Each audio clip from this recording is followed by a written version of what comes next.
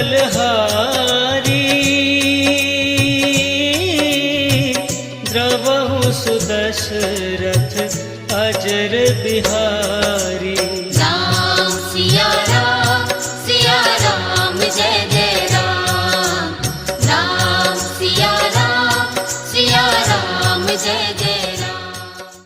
तुलसी रामायणातली चौपाई ऐकल्यावर आजच्या भागाचा विषय काय असेल याचा तुम्हाला अंदाज आलाच असेल। रामानंद सागर यांच्या अफाट लोकप्रियता लाभलेल्या रामायण या मालिकेची शीर्षक गीताची सुरुवात या चौपाईने होत असे, त्यामुळे अनेकांना या मालिकेची पण आठवण या निमित्ताने आली असेल। आदिकवी वाल्मिकींनी छंदोबद्ध काव्यरचना करून रामकथा रचली। साधारणतः 5000 वर्षापूर्वी रचलेलं हे महाकाव्य म्हणजे इक्ष्वाकू कुळात जन्मलेल्या दशरथपुत्र राजा रामचंद्रांची कथा।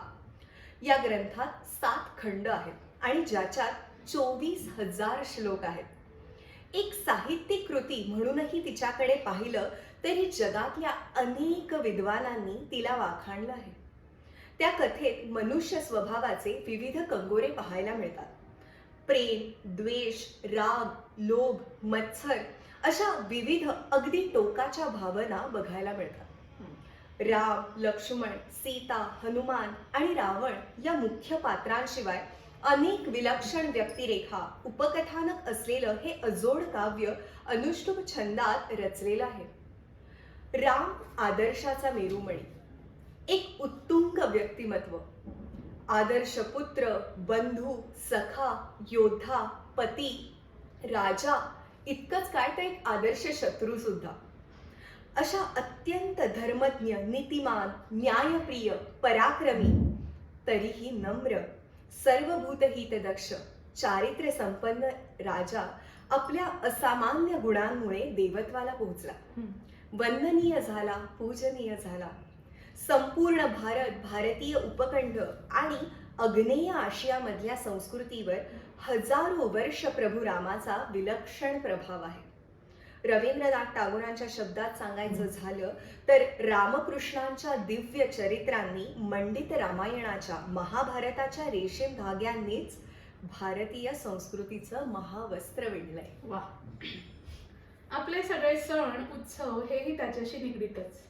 नवीन वर्षाचा पहिला दिवस चैत्र शुद्ध प्रतिपदा अर्थात गुढीपाडवा हा तर प्रभू रामचंद्र अयोध्येला परतले तो दिवस म्हणून आपण साजरा करतो। दसरा किंवा विजयादशमी आपण साजरी करतो तर रामाने रावणाचा वध केला म्हणून। रामनवमी हा तर प्रभू रामचंद्रांचा जन्मदिवस किंवा हनुमान जयंती हा त्यांच्या परमभक्ताचा जन्मदिवस। आपल्या भाषेवरही त्याचा किती प्रभाव आहे ते बघा। पूर्वी माणसं एकमेकांना भेटल्यावर म्हणायची राम राम। एखाद्या समस्येवरचा हमखास उपाय कुठला तर रामबाण उपाय।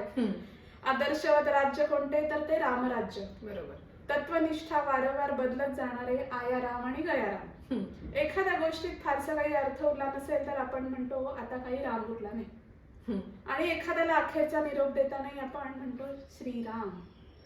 रामायणाची कथा ही अयोध्या, शरयू, गंगा, यमुना, दंडकारण्य, गोदावरी असे करीत करीत उत्तर ते दक्षिणेकडे थेट श्रीलंकेपर्यंत प्रवास करून येते। त्यामुळे अनेक ठिकाणी राम, सीता, लक्ष्मण त्यांच्या वनवासात असताना ज्या ठिकाणी राहून गेले अशा मान्यता आहेत त्याच्या अनेक कथा आपल्याला बघायला मिळतात। तिथे तशी मंदिरे आहेत। अर्थातच अशा या रामकथेचा अभिजात आणि लोकसाहित्यावर प्रभाव न पडला तरच नवल।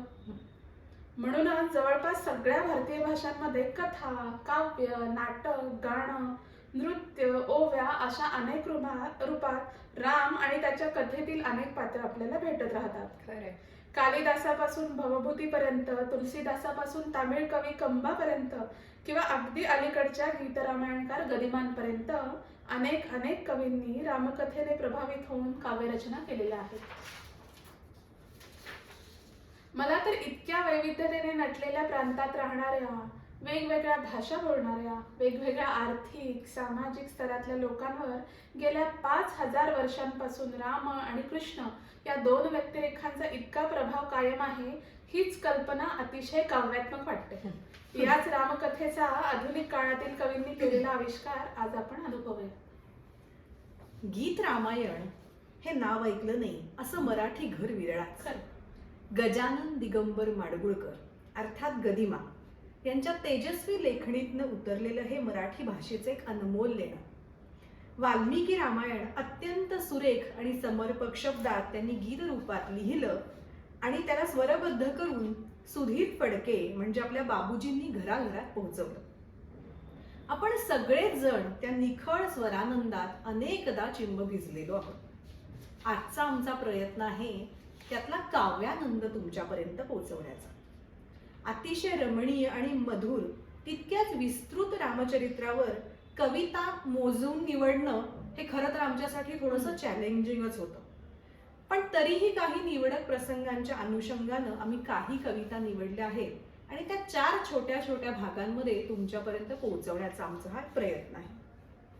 रामायणासारख्या आदिकाव्यानं प्रभावित होऊन काव्य निर्मिती करण्याचा प्रवास किती विलक्षण असेल की नाही. म्हणजे करोडो लोकांच्या प्रगाढ भक्तीचं आणि आस्थेचं प्रतीक असलेल्या रामाच्या आयुष्यातल्या वेगवेगळ्या प्रसंगांवर काव्य रचना म्हणजे लेखणी सुद्धा तितकीच समर्थ हवी. गीत रामायणकर गदिमांनी आपल्या गीत रामायण लिहिण्याच्या प्रवासातील अनुभूती सुद्धा काव्यातच व्यक्त केली. त्या भारून टाकणाऱ्या प्रवासात कदाचित उन्मनी अवस्था प्राप्त झाल्यावर अण्णांना ही कविता सुचली असेल. ती कविता सादर करते. अजाणतेपणी माता घाली बाळगुटी, बीज धर्माच्या द्रुमाचे कण कण गेले पोटी. छंद जाणतेपणीचा तीर्थे काव्याची धुंडली, कुण्या एका भाग्यवेळी पूजा रामाची मांडली. देव वाणीतील ओज शीतळले माझ्या ओढली, वाल्मिकीच्या भास्कराचे झाले चांदणे मराठी. झंकारल्या कंठवीणा आले चांदण्याला सूर, झंकारल्या कंठवीणा आले चांदण्याला सूर, भाव माधुर्याला आला महाराष्ट्री महापूर. चंद्र भरल्या जीवाला नाही कशाचीच चाड, चंद्र भरल्या जीवाला नाही कशाचीच चाड. मला कशाला मोजता, मला कशाला मोजता, मी तो एक भारलेले झाड, एक भारलेले झाड. ही कविता ऐकून ना ताई मला मैथिली शरण गुप्त या सुप्रसिद्ध हिंदी कवींच्या 2 ओळींचा आवर्जून इथे उल्लेख करावासा वाटतो. त्यांनी साकेत नावानं हिंदीत रामाच्या आयुष्यावर दीर्घ काव्य रचले. त्याच्या सुरुवातीला ते असेच विनम्र भावानी व्यक्त झाले. ते असं म्हणतात, राम राम तुम्हारा चरित स्वयं ही काव्य है, राम तुम्हारा चरित स्वयं ही काव्य है, कोई कवि बन जाए सहज संभाव्य है. श्रीरामांची जन्मभूमी अयोध्या नगरी भारतातल्या अतिप्राचीन नगरांपैकी एक. असं म्हणतात, प्रत्यक्ष मनूने हे नगर वसवलं. कोसल मधल्या अतिपराक्रमी अशा इक्ष्वाकू राजघराण्याची ही राजधानी अयोध्या.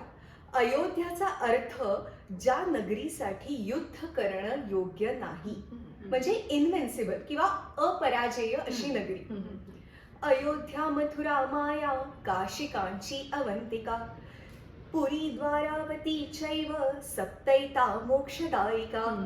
गरुड पुराणात लिहिल्याप्रमाणे 7 पावन नगरांपैकी ही एक. रामकथेत ही नगरी एखाद्या महत्वाच्या पात्रासारखी येते. खरंय.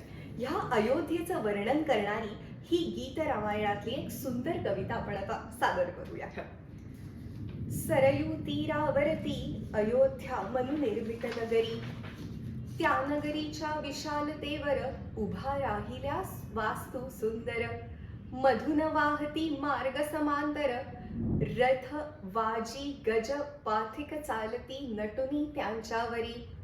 हे वर्णन वाचून अयोध्या हे किती वेल प्लॅन्ड नगर असेल याची कल्पना येते.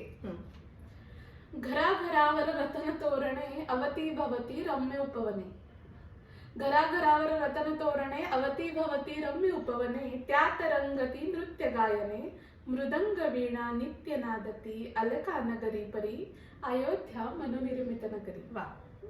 स्त्रिया पतिव्रता पुरुषही धार्मिक, पुत्र उपजती निजकुल दीपक. नृशंसना कुणी कुणीना नास्तिक, अतृप्तीचा कुठे न वावर, नगरी घरी अंतरी अयोध्या मनोनिर्मित नगरी. वा. आता या 2 कडव्यात काय म्हटलंय की तिथल्या एकूण नगरजनांचं, त्यांच्या घराचं, त्यांच्या राहणीमानाचं किंवा त्यांच्या एकूण स्वभावाचं किंवा तिथल्या एकूण सामाजिक परिस्थितीचं वर्णन इथे गदिमांनी केलेलं आहे. रत्नतोरणं आहेत, फुललेली उपवनं म्हणजे छान सगळीकडे बाग बगीचे आहेत, हिरवेगार, समृद्धी आहे, नृत्य, गायन, वादन म्हणजे थोडक्यात सगळ्या कलांचा तिथे वास आहे. आणि त्यामुळे या सगळ्यात रममाण असणारे पौरजन किंवा तिथले नागरिक अर्थातच आनंदी आहेत. त्यामुळे कुणी नास्तिक नाहीये, कुठे अतृप्ती नाहीये, कुठे द्वेष नाहीये. थोडक्यात ही आनंदी नगरी आहे. त्यामुळे ही इंद्रनगरीची सोबत या अयोध्या नगरीची तुलना केलेली आहे इथे. आता पुढचं कडं. इक्ष्वाकुकुल कीर्तिभूषण राजा दशरथ धर्मपरायण, त्या नगरीचे करितो रक्षण. गृही चंद्रसा नगरी इंद्रसा सूर्य जसा संगरी. दशरथास त्या तिघी भार्या सुअंशजा त्या सुमुखी आल्या. सिद्धपतीच्या सेवा कार्या बहुश्रुता त्या रूपशालिनी अतुल प्रभा सुंदरी अयोध्या मनुनिर्मित नगरी. वा. इथं गदिमांनी इक्ष्वाकू कुळाची कीर्ती सांगितलेली आहे.